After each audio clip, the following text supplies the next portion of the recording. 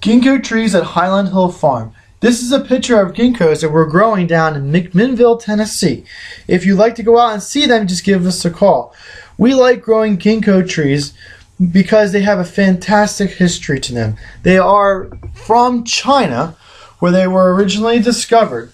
They are a gymnosperm tree that is a deciduous tree. It's one of the last ones that kind of looks like a broadleaf, but is not a true broadleaf because it's a monocot.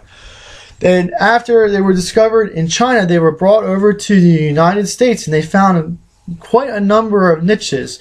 One is that it's a very exotic plant. There's lots of history. People do talk about it.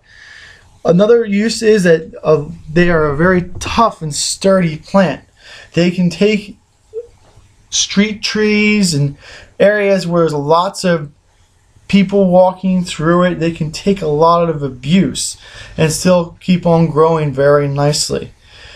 One of the stories I was told was that the reason that the ginkgo can take such brutal environments is the fact that it's where it was growing in China. There was a lot of mice, and the mice over there in China, they like to gnaw on the wood, and they would go over and gnaw on the ginkgos growing over there naturally.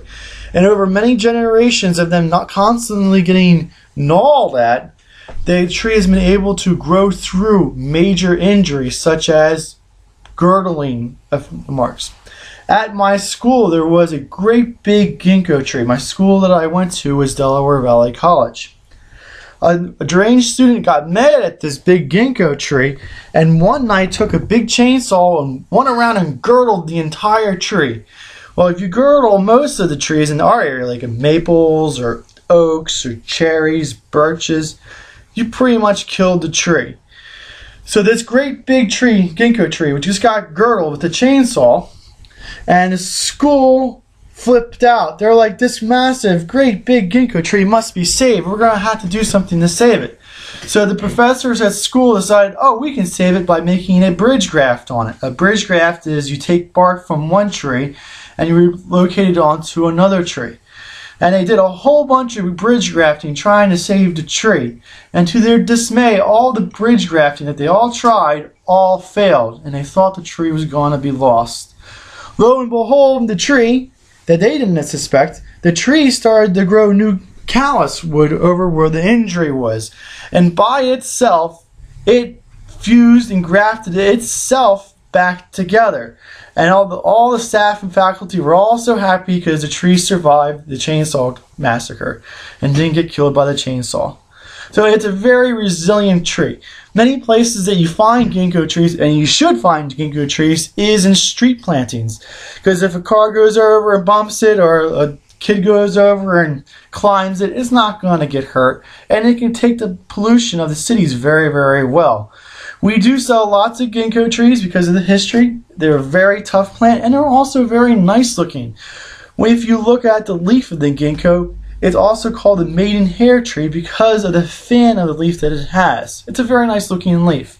It's actually a monocot, so if you look at it, you should see parallel veins in it. It's not truly parallel, but they never really cross one another, so that's what they call it.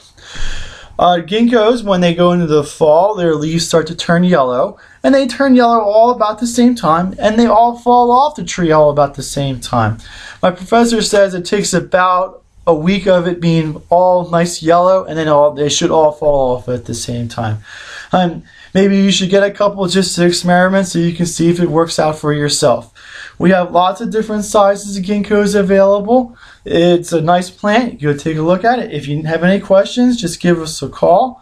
Our cell phone number is 215-651-8329. Thank you. This video is brought to you by Highland Hill Farm. We grow and sell screening and buffering trees for privacy and sound barriers.